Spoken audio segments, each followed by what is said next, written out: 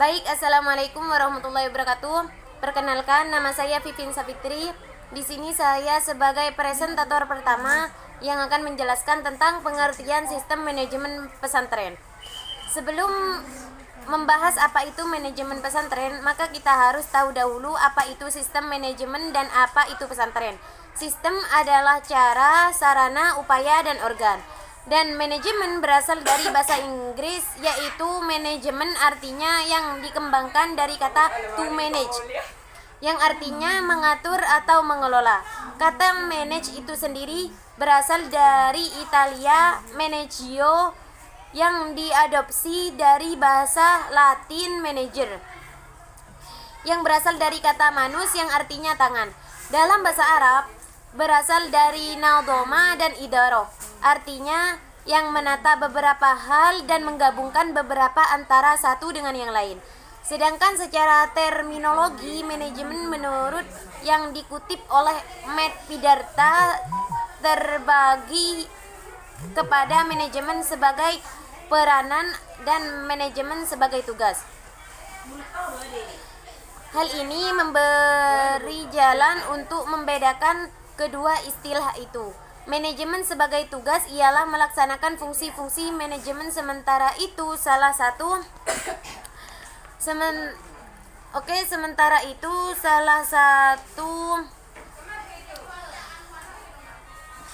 manajemen sebagai peranan disebutkan peranan administrasi eksekutif.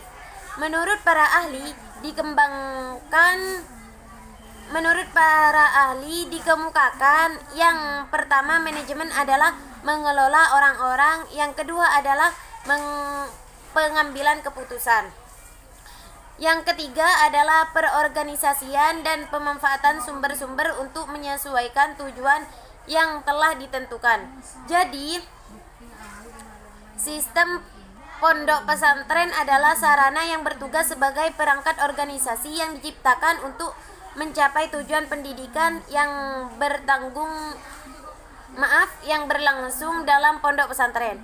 Sudah menjadi komun sense bahwa pesantren lekat dengan fitur kiai.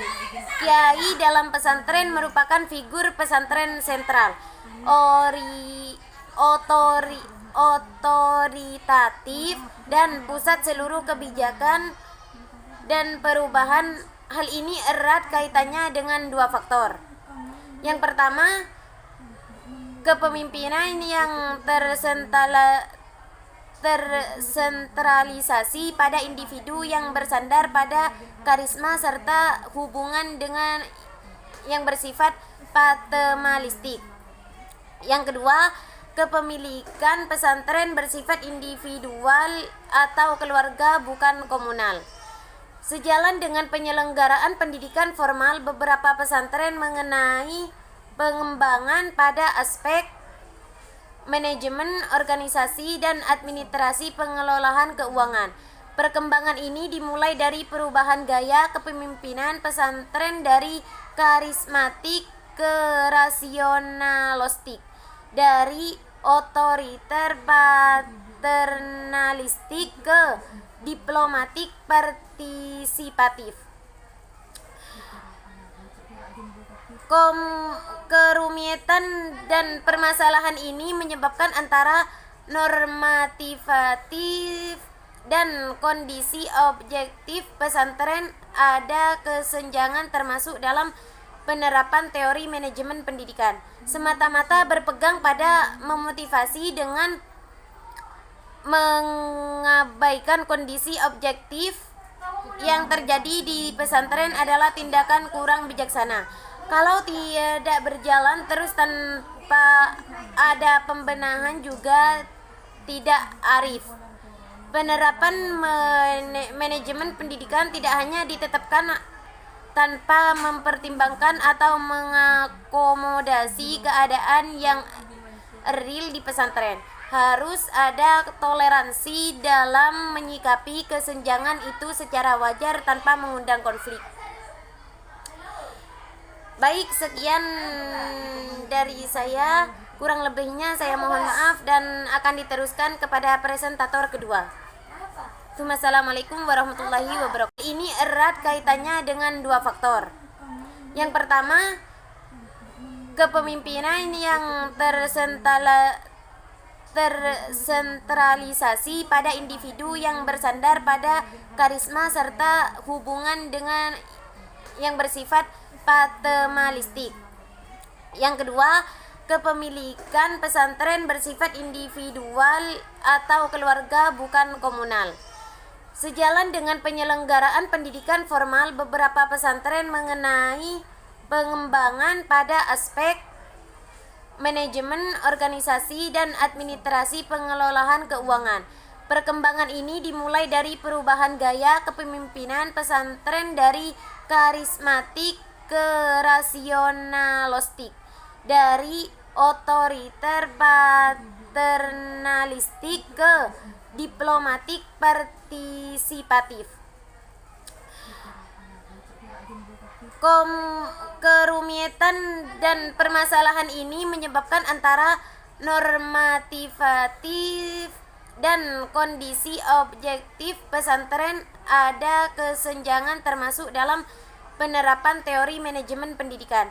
Semata-mata berpegang pada memotivasi dengan mengabaikan kondisi objektif yang terjadi di pesantren adalah tindakan kurang bijaksana.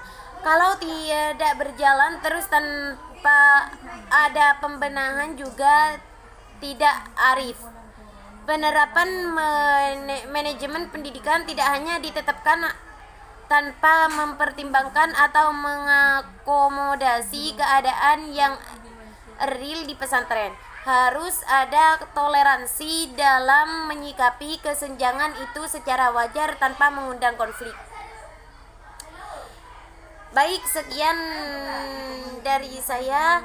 Kurang lebihnya saya mohon maaf dan akan diteruskan kepada presentator kedua. Assalamualaikum warahmatullahi wabarakatuh. Assalamualaikum warahmatullahi wabarakatuh. My name is Yulia Nabila. Di sini saya selaku presentator kedua yang akan menjelaskan mengenai sejarah pesantren di Indonesia. Kata pesantren berasal dari kata santri yang diberikan awalan pe dan akhiran an yang menunjuk arti kata tempat. Kata santri itu sendiri merupakan gabungan dari dua suku kata, yaitu san, manusia baik, dan tra, suka menolong. Sehingga kata pesantren dapat berarti tempat pendidikan untuk membina manusia menjadi orang yang baik. Pondok pesantren adalah lembaga keagamaan yang memberikan pendidikan dan pengajaran serta mengembangkan dan menyebarkan ilmu agama dan Islam. Pada sejarah awal berdirinya pesantren mengkonsentrasikan diri pada 3 fungsi, yaitu mengajarkan atau menyebarluaskan ajaran Islam, mencetak para ulama, dan menanamkan tradisi Islam dalam masyarakat. Era 1970-an, perubahan dan perkembangan pesantren dapat dilihat dari dua sudut pandang. Pertama, pesantren mengalami perkembangan jumlah yang luar biasa. Kedua, menyangkut penyelenggaraan pendidikan dapat diklasifikasikan menjadi 4 tipe, yakni pertama, pesantren yang mendirikan pendidikan formal dan menerapkan kurikulum nasional. Kedua, pesantren yang menyelenggarakan pendidikan keagamaan dalam bentuk madrasah dan mengajarkan ilmu umum meski tidak menerapkan kurikulum nasional.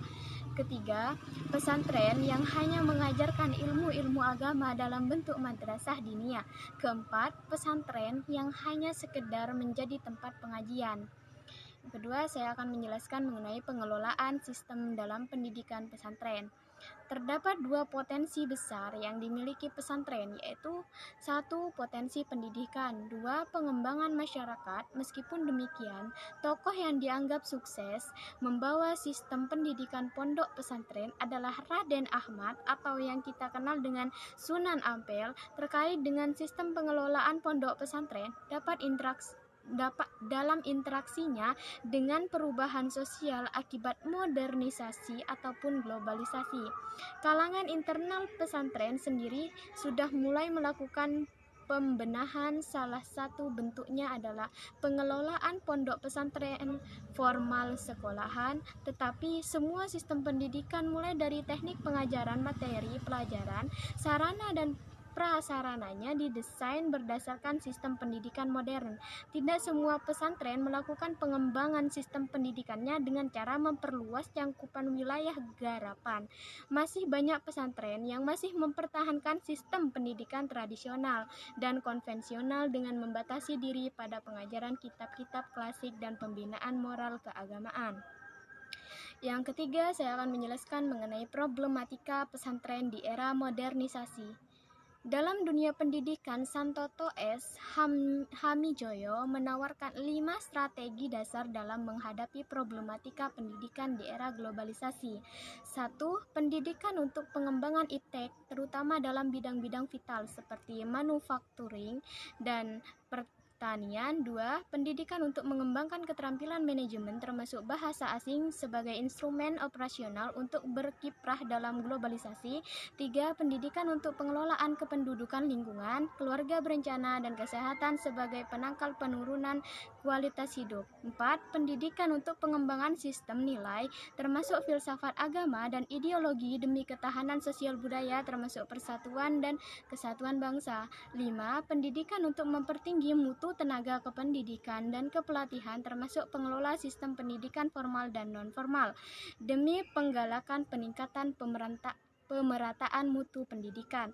Yang keempat, yaitu saya akan menjelaskan mengenai dinamika perkembangan pondok pesantren. Lembaga pesantren semakin berkembang secara cepat dengan adanya sikap non-kooperatif ulama terhadap kebijakan politik etis. Pemerintah kolonial Belanda pada abad ke-19, kebijakan pemerintah kolonial yang dimaksudkan sebagai balas jasa kepada rakyat Indonesia dengan mendirikan pendidikan modern termasuk budaya barat. Baik, mungkin itu saja yang dapat saya sampaikan, kurang lebihnya dengan sistem pendidikannya dengan cara memperluas cakupan wilayah garapan. Masih banyak pesantren yang masih mempertahankan sistem pendidikan tradisional dan konvensional dengan membatasi diri pada pengajaran kitab-kitab klasik dan pembinaan moral keagamaan. Yang ketiga, saya akan menjelaskan mengenai problematika pesantren di era modernisasi. Dalam dunia pendidikan, Santoto S. Hamijoyo menawarkan 5 strategi dasar dalam menghadapi problematika pendidikan di era globalisasi. 1. Pendidikan untuk pengembangan iptek, terutama dalam bidang-bidang vital seperti manufacturing dan pertanian. 2. Pendidikan untuk mengembangkan keterampilan manajemen termasuk bahasa asing sebagai instrumen operasional untuk berkiprah dalam globalisasi. 3. Pendidikan untuk pengelolaan kependudukan lingkungan, keluarga berencana, dan kesehatan sebagai penangkal penurunan kualitas hidup. 4. Pendidikan untuk pengembangan sistem nilai termasuk filsafat agama dan ideologi demi ketahanan sosial budaya termasuk persatuan dan kesatuan bangsa. 5. Pendidikan untuk mempertinggi mutu tenaga kependidikan dan kepelatihan termasuk pengelola sistem pendidikan formal dan non-formal demi penggalakan peningkatan pemerataan mutu pendidikan. Yang keempat, yaitu saya akan menjelaskan mengenai dinamika perkembangan pondok pesantren. Lembaga pesantren semakin berkembang secara cepat dengan adanya sikap non-kooperatif ulama terhadap kebijakan politik etis. Pemerintah kolonial Belanda pada abad ke-19, kebijakan pemerintah kolonial yang dimaksudkan sebagai balas jasa kepada rakyat Indonesia dengan mendirikan pendidikan modern termasuk budaya barat. Baik, mungkin itu saja yang dapat saya sampaikan, kurang lebihnya. Assalamualaikum warahmatullahi wabarakatuh. Perkenalkan, nama saya Isda Amin Kasidili. Di sini saya sebagai pemateri ketiga dari kelompok 2 sedikit ingin menjelaskan tentang manajemen pesantren era globalisasi dengan karakteristik pendidikan Islam tradisional. Nah, yang pertama, terlebih dahulu saya ingin menjelaskan tentang manajemen pesantren era globalisasi. 14 manajemen dalam Kamus Besar Bahasa Indonesia memiliki arti proses pemakaian sumber daya secara efektif untuk mencapai sasaran yang telah ditentukan. Nah, menurut James A. F. Stoner mengemukakan bahwa manajemen adalah proses perencanaan, perorganisasian, pengarahan dan penguasaan usaha para anggota organisasi dan penggunaan sumber daya organisasi lainnya agar mencapai tujuan organisasi yang telah ditetapkan. Nah, dari pengertian di atas Assalamualaikum warahmatullahi wabarakatuh. Perkenalkan, nama saya Isda Amin Kasidili. Di sini saya sebagai pemateri ketiga dari kelompok 2 sedikit ingin menjelaskan tentang manajemen pesantren era globalisasi dengan karakteristik pendidikan Islam tradisional. Nah, yang pertama, terlebih dahulu saya ingin menjelaskan tentang manajemen pesantren era globalisasi. 14 manajemen dalam Kamus Besar Bahasa Indonesia memiliki arti proses pemakaian sumber daya secara efektif untuk mencapai sasaran yang telah ditentukan. Nah, menurut James A.F. Stoner mengemukakan bahwa manajemen adalah proses perencanaan perorganisasian, pengarahan dan penguasaan usaha para anggota organisasi dan penggunaan sumber daya organisasi lainnya agar mencapai tujuan organisasi yang telah ditetapkan. Nah, dari pengertian di atas dapat dimengerti manajemen dimulai dari sejak awal berdirinya sebuah lembaga. Manajemen pendidikan adalah suatu sistem pengelolaan dan penataan sumber daya pendidikan seperti tenaga pendidikan, peserta didik, masyarakat, kurikulum, dana keuangan, sarana dan prasarana pendidikan, tata laksana dan lingkungan pendidikan. Nah, lembaga pendidikan Islam melibatkan sumber daya manusia muslim dan menggerakkannya untuk mencapai tujuan pendidikan Islam secara efektif dan efisien. Sebagaimana dalam pengertian di atas, pesantren merupakan bagian dari pendidikan Islam sehingga dapat ditarik kesimpulan bahwa manajemen pesantren sejarah dengan manajemen pendidikan Islam. Nah, selanjutnya saya bakal ngejelasin tentang karakteristik pendidikan Islam tradisional. Pesantren mempunyai 4 karakteristik khusus yang menonjol, mulai dari hanya memberikan pelajaran agama versi kitab, Islam klasik berbahasa Arab, mempunyai teknik pengajaran yang unik yang bisa dikenal dengan metode sorogan dan bandongan atau wetonan, mengedepankan hafalan serta menggunakan sistem halaqah.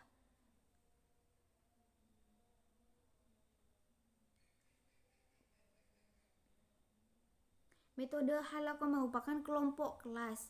Jadi metode halaqah ini merupakan kelompok kelas dari sistem bandongan. Halaqah ini berarti lingkaran murid atau sekelompok santri yang belajar di bawah bimbingan seorang ustadz dalam satu tempat.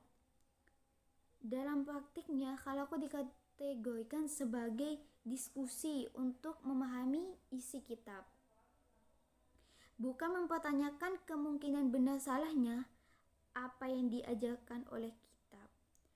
Halaqah dinilai hanya cocok bagi pengembangan intelektual kelas. Santri yang cerdas, rajin, serta bersedia mengorbankan waktu yang besar untuk belajar. Oke, sampai di sini penjelasan saya tentang manajemen pesantren era globalisasi dengan karakteristik pendidikan tradisional. Jika ada kesalahan, mohon maaf. Wassalamualaikum warahmatullahi wabarakatuh.